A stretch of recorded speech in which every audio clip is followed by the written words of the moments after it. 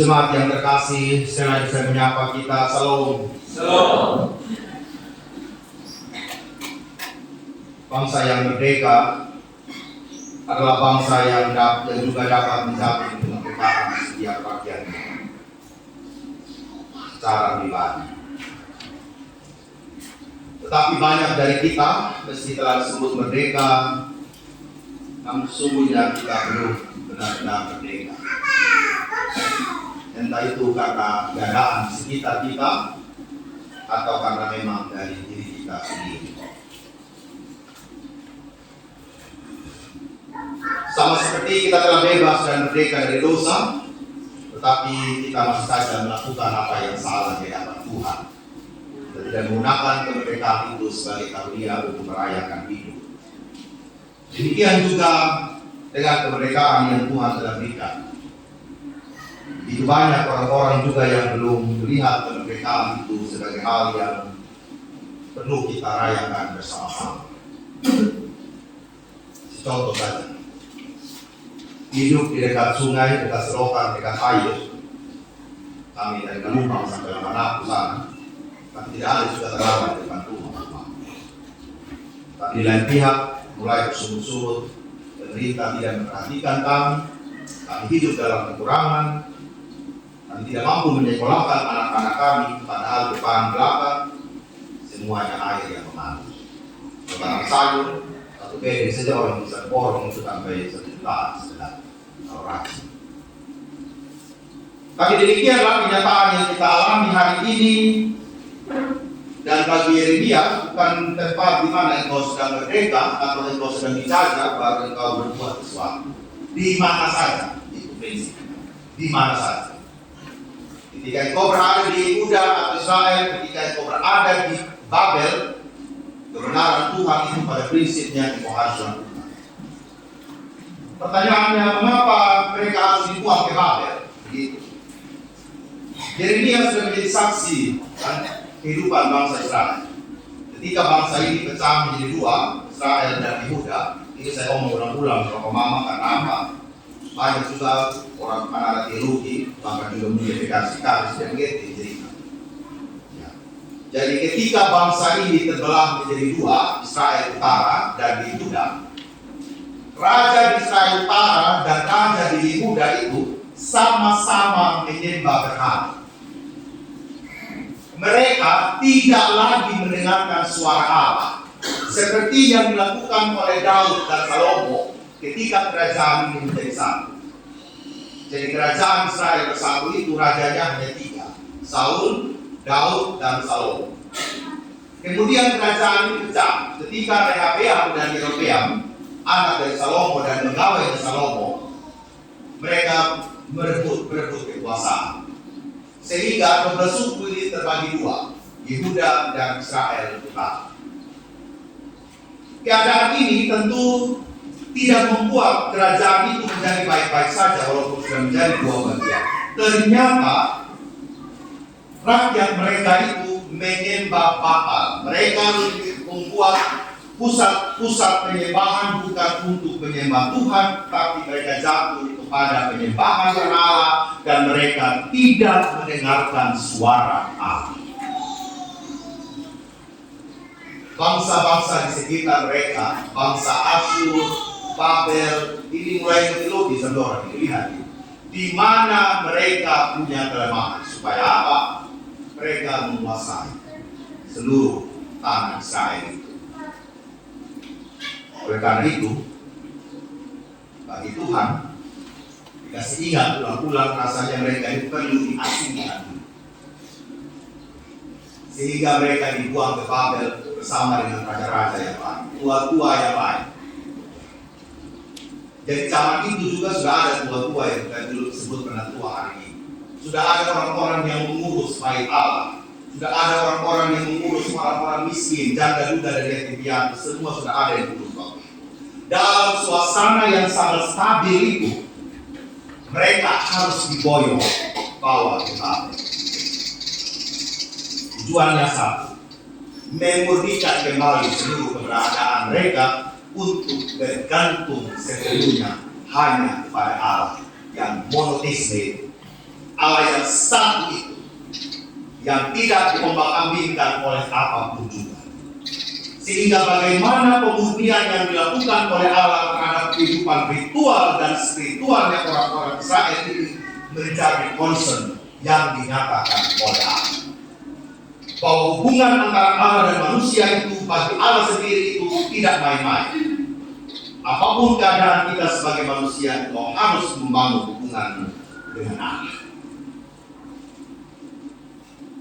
Pembuangan orang Israel dari Yerusalem ke Babel sepertinya Allah tidak mencintai mereka, bahkan seolah-olah Allah mengingkari perjanjian bersama Israel sebagai bangsa yang terpilih.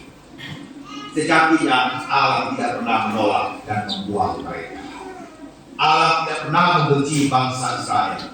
Allah sedang mengizinkan mereka untuk menjalani kehidupan di pembuangan, memurnikan mereka sebagai sebuah bangsa dengan Allah.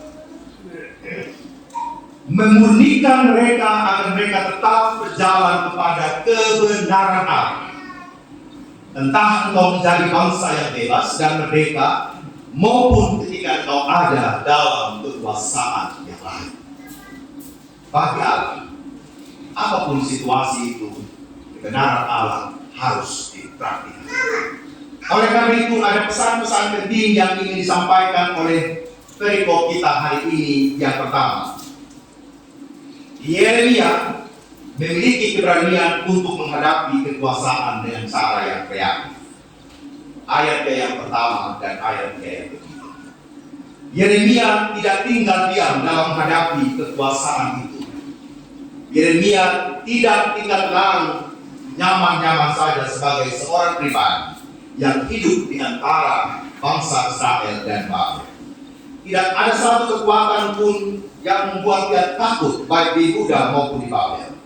Dia memilih untuk menjadi inisiator, orang yang berinisiatif. Dia lakukan agar seluruh kehidupan orang Israel benar-benar ada dalam kebenaran. Dia ingin benar-benar orang Israel ini, baik di Yehuda maupun ketika mereka ada di Babel ini, mereka harus melakukan kebenaran yang Allah ingin mereka lakukan dalam hidup ini. Yeremia membangun motivasi dan inisiatifnya dalam hatinya, dalam dirinya untuk berjuang bagi Israel. Seluruh semangat hidupnya dan keberadaannya ingin agar dalam seluruh perjuangan dan proses itu yang tidak mudah itu, orang-orang Israel harus dimenangkan. Melewati hal yang tidak mungkin menjadi mungkin. Bapak Ibu, apa pesan yang ingin disampaikan yang pertama ini kepada kita? Kita hidup di Indonesia, tetapi kita bisa saja dalam kondisi yang pasif. Kita bukanlah inisiator-inisiator yang melakukan kebenaran itu. Ketika situasi di kantor, semua orang lambat datang kantor, kita bukanlah orang yang berani untuk mengatakan kita semua harus tepat waktu. Ketika kita ada di gereja, bisa saja sebagai pelayan, saya sungkan untuk mengatakan kita harus tepat waktu dalam pelayanan kita. Kita harus mendisiplinkan diri dalam seluruh persekutuan dan kebaktian kita. Kita bisa saja menjadi orang seperti itu karena apa? Karena perasaan. Nanti orang bilang apa? Bagaimana kalau dia begini dan lain sebagainya. Kemarin di grup yayasan ini waktu berisiko lihat ada guru-guru kelima dari Jakarta yang ditempatkan di salah satu SD di Lewasan, SD Yamas. Ditempatkan itu agar guru-guru yang dari Jakarta yang ditempatkan ini benar-benar memberi pengaruh dan dampak di situ. Tapi rasa-rasa juga dorong menyerah. Karena apa? Mulai kepala sekolah guru-gurunya lambat setiap hari.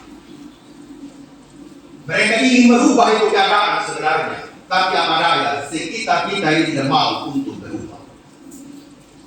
Dan rasa-rasanya ini hampir terjadi di mana saja keberadaan kita yang ada di Pulau Sumba ini. Sehingga kemarin dalam renungan meresmikan gedung baru di Uniswina, saya menyampaikan sabda Tuhan bahwa Ada ideologi yang diam-diam tidak terlihat tetapi nyata dalam kehidupan kita. Apa itu? Kebalasan. Orang-orang yang memiliki berbagai macam alasan untuk tidak melakukan A, B, C, dan seterusnya. Nyata ini Bapak. Sudah setengah mati dari guru P3K, guru ASN, saat ditempatkan sudah di kampung-kampung, di gunung-gunung, tiap hari ada buat status ada di kota. Tapi judulnya mau mengabdi bagi negeri. Tetapi tiap hari ada saja di kota berseliweran. Bagaimana menjadi inisiator? Dan bagi Yeremia, tugas orang Kristen bukan seperti itu. Kita harus menjadi inisiator, motivator yang baik bagi sekitar kita, agar sekitar kita ini benar-benar diubahkan oleh Tuhan untuk menjadi lebih baik sebagai sebuah bangsa. Apa yang kita lakukan sebagai jemaat merupakan contoh pengembangan ekonomi kreatif kita di kuburan itu. Bukan hanya sampai di situ saja. Tapi bagaimana setiap hati, setiap orang berpikir, bagaimana saya harus hidup? Bagaimana saya harus memanfaatkan lahan di rumah saya masing-masing? Bagaimana dengan ilmu yang saya miliki, saya lebih kreatif lagi?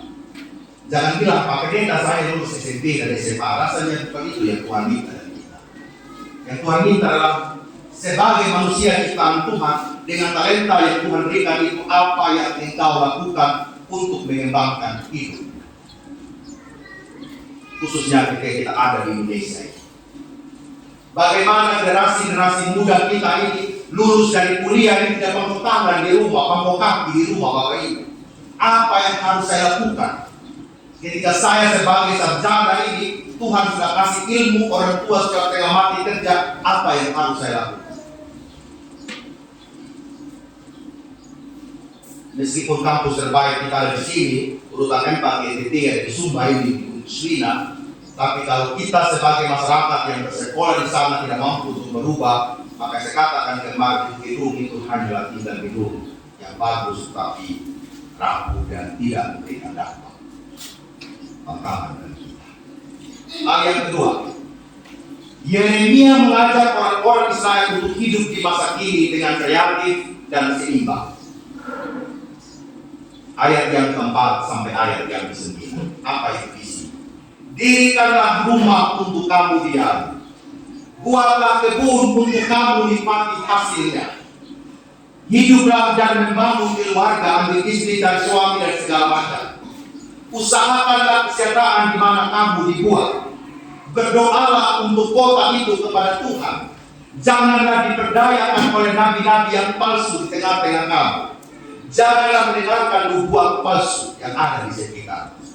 Kalau kita lihat dari 4 komponen kebutuhan hidup manusia ini, kehidupan fisik, psikis, sosial, dan spiritualitas itu dibangun secara kreatif dan seimbang. Kita bayangkan seorang Yeremia berpikir itu sampai sedetail itu, bahwa silakan mau dibuang ke Babel, tapi lihatlah itu sebagai negeri yang perlu juga yang keusahaan dan kesejahteraan. Kita bisa menggunakan berbagai alasan Bapak Mama. Saya karena dalam tekanan saya tidak bisa melakukan apa. Bagi Yeremia itu bukan alasan. Mau negeri ini sedang krisis moneter, mau negeri ini sedang dolarnya tidak baik-baik saja, mau negeri ini juga terlalu banyak yang korupsi dan lain sebagainya, itu bukan urusan. Urusan kita adalah bagaimana membangun diri dan spiritualitas. Tentu orang kita berpikir, ini di tanah rantau ini buat apa kita buat rumah kita diambil? Kalau kita pulang 70 tahun kemudian, orang sudah yang untung nanti. Habisnya orang saya berpikir begitu, dia demo di hatinya. Kadang-kadang kita juga bisa mengatakan seperti itu. Buat apa saya buat hari ini yang baik-baik? Bukan saya juga yang Tuhan. Betul Bapak Mak. Di pohon mangga yang kita makan hari ini kan buat kita juga kami toh. Kita punya omongan masalah. Gereja ini baik juga untuk kita juga hari ini. Mungkin kita merasakan, tapi juga mungkin karena orang tua kita ada hingga mereka berjuang bersama karena ini ada dan lain sebagainya. Jadi prinsipnya itu jadi manusia jangan egois. Ya. Kita harus benar-benar menerapkan prinsip apa yang harus saya lakukan dimanapun saya berada. Hidup dan membangun keluarga, usahakan kesejahteraan di mana kamu dibuat, bukan di mana kamu merdeka. Ini tidak benar begitu. Yang merdeka itu adalah dosa-dosa, kesalahan-kesalahan.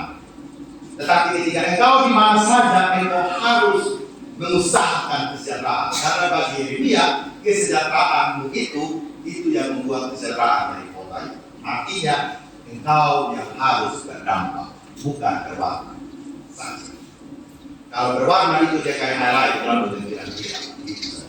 Tapi kalau engkau berdampak, artinya engkau ada dalam seluruh aspek kehidupan ini.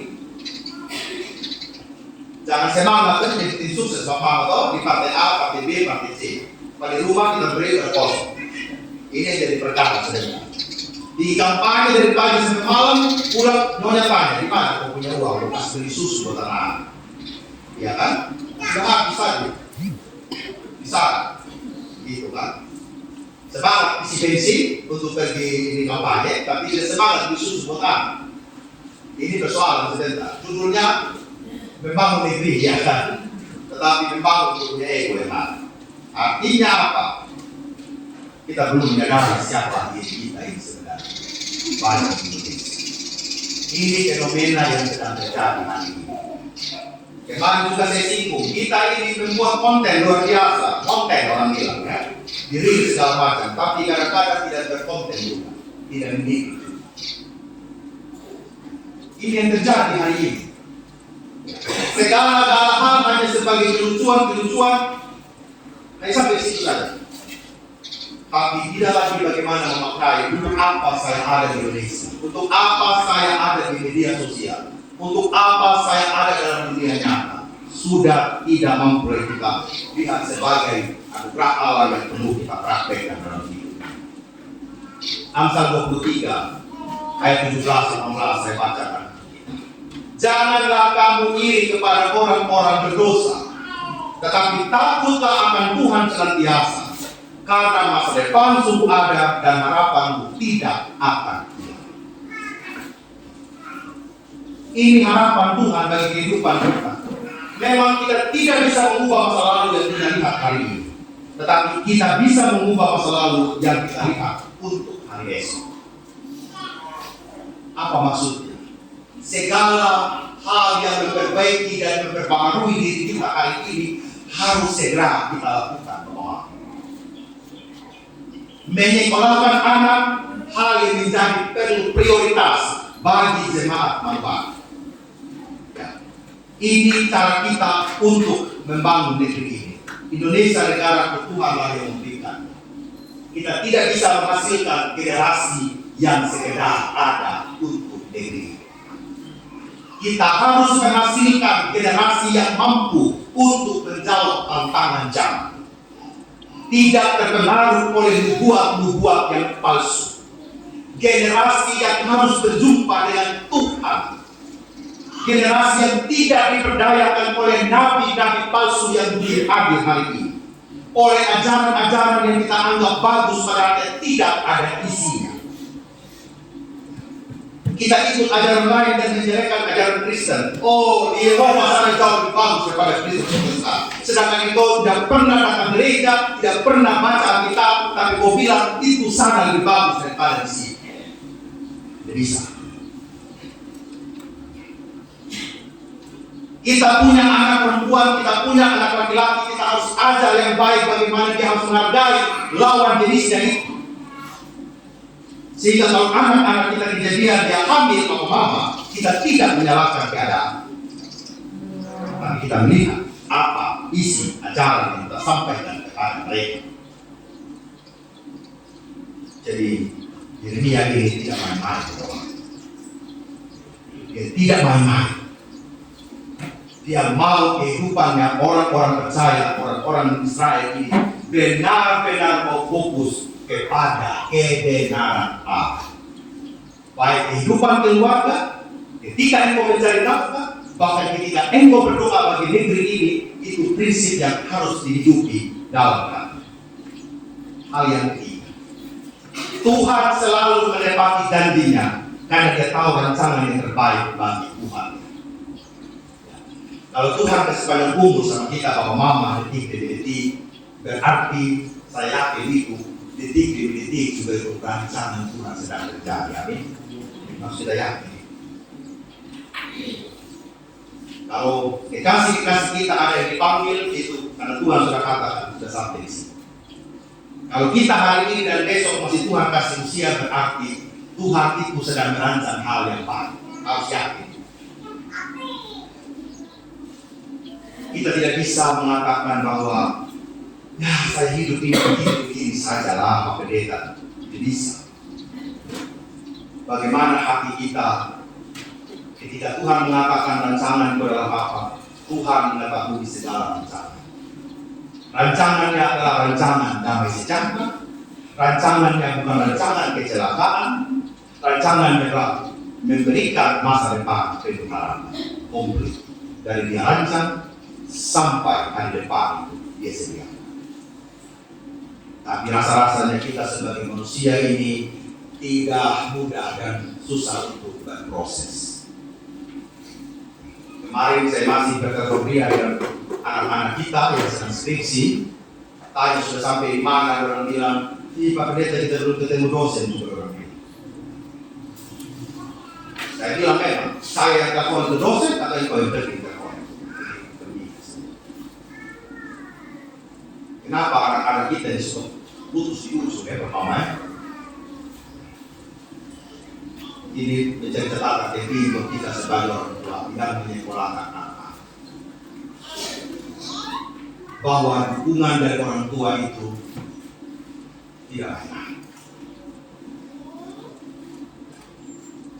Apa yang kita buat hari ini, Bapak Mama, sebenarnya untuk masa depan yang baik. Sehingga kita tidak bisa main-main. Biar sudah sebagian anak di sekolah minggu tidak bisa, Bapak Mama. Itu ada Bapak Mama di rumah itu baca firman yang pagi siang malam terkira. Jangan dalam hari sekolah minggu tidak apa. Karena Bapak di rumah yang sudah buat tidak ada. Sekarang saya mau tanya sama Bapak Mama kita dalam hati, siapa yang masih memeriksa catatan dari anak-anak kita? Yang tanya kepada mereka hari ini itu apa yang sudah engkau belajar di sekolah? Masih ada Bapak Mama? Syukur berarti. Oh, jangan lewatkan itu Bapak Mama. Minimal kita tanya hari ini itu mau buat apa di sekolah? Pertanyaan kecil, tapi dampaknya besar. Pertanyaan kecil, dampaknya besar.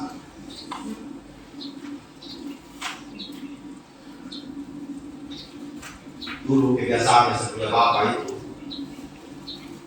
catatan kita disuka buat tanda atau panah. Suatu ketika saya malas catat Bapak Mama, saya buat catatan sendiri, saya parah sendiri. Periksa sekolah. Saya pernah dapat asuransi itu dapat 4 Bapak Mama. Saya asuransi itu memang lemah. Begitu ya. Dapat 4, saya tanda tangan sendiri. Ketahuan Bapak, karena apa? Jadi guru ngomong, Pak kayaknya ini dipalsukan. Itu saya kena kabel Bapak Mama.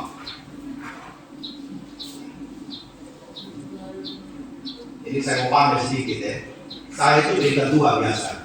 Tapi ketika saya turun peringkat 7 naik kelas semester tahun 2 di kelas 2 SMA, saya kena hapus dari kelas 2 sampai jam 6 sore. Pak Mama ya. Bukan badan begitu, badan dulu kayak triplek saya. Jadi bagaimana itu kayu kama, kayu lantoro itu BPK semua di Bali. Hanya turun peringkat dari 2 sampai 7 Bapak. Itu buat Bapak yang maksudnya. Tapi ya semoga hasilnya itu, walaupun melewati itu tidak mudah.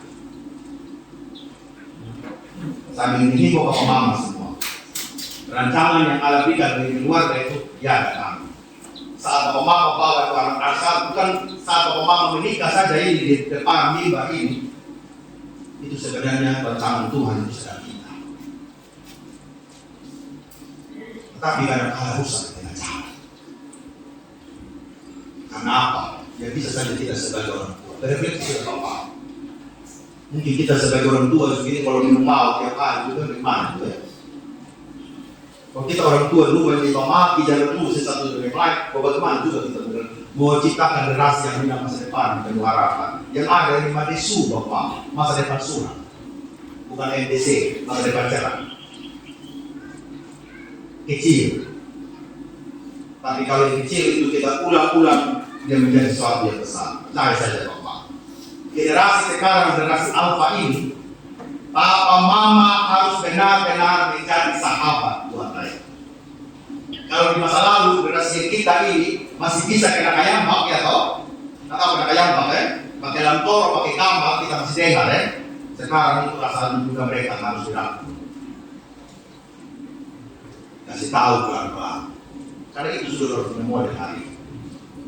Kalau papa mama tidak kasih tahu kepada mereka, siapa yang kasih tahu sama mereka? Papa mama, TikTok, Reels, YouTube, itu yang kasih tahu sama mereka. Kalau papa mama tidak merangkul mereka, media sosial lah yang merangkul mereka. Kita membuat Indonesia yang baik. Tapi kalau generasi yang tidak baik, kita tidak jamin dia akan baik-baik saja. Oleh karena itu, papa mama 79 tahun Indonesia merdeka. Presiden Amerika bilang jangan kau tanya apa yang negara berikan kepada, tetapi tanya juga apa yang engkau berikan bagi negara. Di tengah situasi yang sepertinya tidak ada harapan, Tuhan selalu datang dengan janji firman.